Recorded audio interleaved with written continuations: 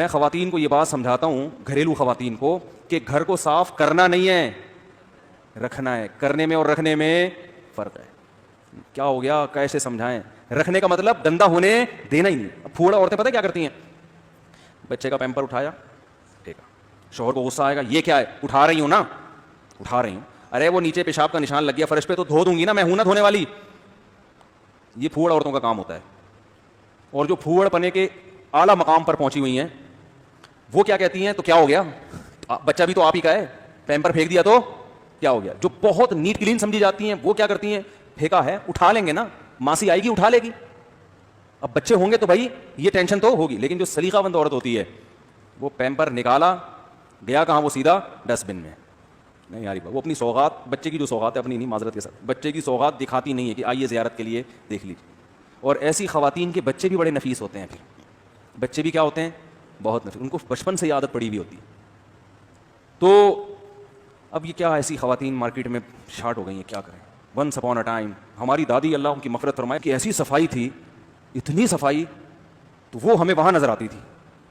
جھوٹا گلاس کوئی مٹکے میں, مٹکے کا استعمال کرتی تھی ٹھنڈے پانی کے لیے, وہ مٹکے میں کوئی بچہ ذرا گلاس ڈال تو دے. وہ اب کیا ہو رہا تھا, وہ آ رہا ہے نا جھوٹے گلاس ڈال ڈال کے سب نکال کے پھر سوا اس کی ایسی کی تیسی. ایسا وہ سراہی ایک ہوتی تھی ان کے پاس, مٹکا ہوتا تھا, ہر وقت نیٹ کلین صاف ستھرا تمیز کے. وہاں ہمیں پتہ چلا یار کیا تمیز ہوا کرتی تھی ونس اپون اے ٹائم. آج وہ تمیز مارکیٹ میں کیا ہے, نہ مردوں میں ہے نہ خواتین میں. مردوں کا پتہ چل جائے گا وضو خانے سے, اتنے بڑے بڑے بلغم کے تھپیڑے نظر آتے ہیں مسجدوں میں, یہ خواتین تھوڑی پھینکتی ہیں, تو سارے کیا کر رہے ہوتے ہیں. اور یار تم نے اپنی گندگی ڈالی ہے تو بہاؤ تو کم بخت, یعنی اللہ معاف فرمائے میں نے آپ کو کم بخت کہہ دیا, تو جب آپ نے پھینکی ہے تو اس کو بہاؤ تو نا. وہ کیوں دکھا رہے ہو, کسی اور کو کیوں دکھا رہے ہو. اتنے بڑے بڑے تھپیڑے, پان کی پیکے اور نسوار کے پھٹکیاں وہ پڑی ہوئی ہوتی ہیں. نبی صلی اللہ علیہ وسلم نے کیا ارشاد فرمایا, ایمان کا سب سے کمزور درجہ راستے سے تکلیف دہ چیز کو ہٹانا. قرآن میں آتا ہے نساء, وہ یسألونک عن المحیض قل هو اذن فاعتزلوا النساء فی المحیض. صحابہ نے پوچھا حیض میں زوجہ کے قریب جا سکتے ہیں, ہم بستری کر سکتے ہیں؟ اللہ نے فرمایا نا نا نا, یہ گندگی ہے. تو زوجہ کے قریب حیض کی, یعنی زوجہ سے حیض کی حالت میں ہم بستری مت کرو. تو اب مجھے ایک بات بتاؤ, آپ صلی اللہ علیہ وسلم تو فرما رہے ہیں کہ راستے میں اگر گندگی پڑی ہوئی ہے, یا کانٹا ہے یا گندگی, تو اگر وہ آپ نہیں اٹھا رہے تو آپ ایمان کے آخری درجے میں بھی نہیں ہو.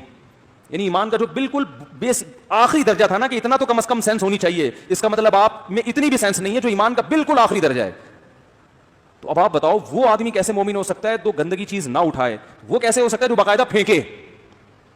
کیا ہو گیا, ہمیں تو یہ کہا جا رہا ہے اگر گندگی نہیں اٹھا رہے تو بس ایمان کا آخری درجہ بھی تم میں نہیں ہے. اور ہمارے ہاں ایسے تہجد گزار آپ کو مارکیٹ میں ملیں گے, حاجی عمرہ کرنے والے, جو باقاعدہ گندگی پھینک رہے ہیں, اور وہ ایمان کی کہتے ہیں ہم سپرلیٹو ڈگری پہ پہنچے ہوئے ہیں, ہمارا ایمان ایسا پکا بالکل آخری مقام پہ. تو بھائی آپ کا تو پہلا وہ درجے سے بھی گئے آپ, بلکہ آپ تو ایمان کے الٹ کام کر رہے ہیں, اپوزٹ کام کر رہے ہیں. تو اسی طرح یاد رکھو, جیسے راستے میں تکلیف دے چیز کو ہٹانا اس لیے حکم ہے کہ راستے میں سب لوگ گزرتے ہیں, تو وضو خانے میں بھی سب لوگ بیٹھتے ہیں, تو مسجد کو صاف رکھنے کا حکم راستے سے بھی زیادہ امپورٹنٹ ہے. تو آپ کو تو چاہیے تھا کہ اگر وضو خانے میں کوئی ایسا گند پڑا ہوا ہے تو آپ اس کو ہٹاؤ, لیکن آپ کیا کر رہے ہو, پورا تھوپ کے وہاں پہ اپنا حساب کتاب, اپنا انتخابی نشان آپ تھوپ کے چلے گا.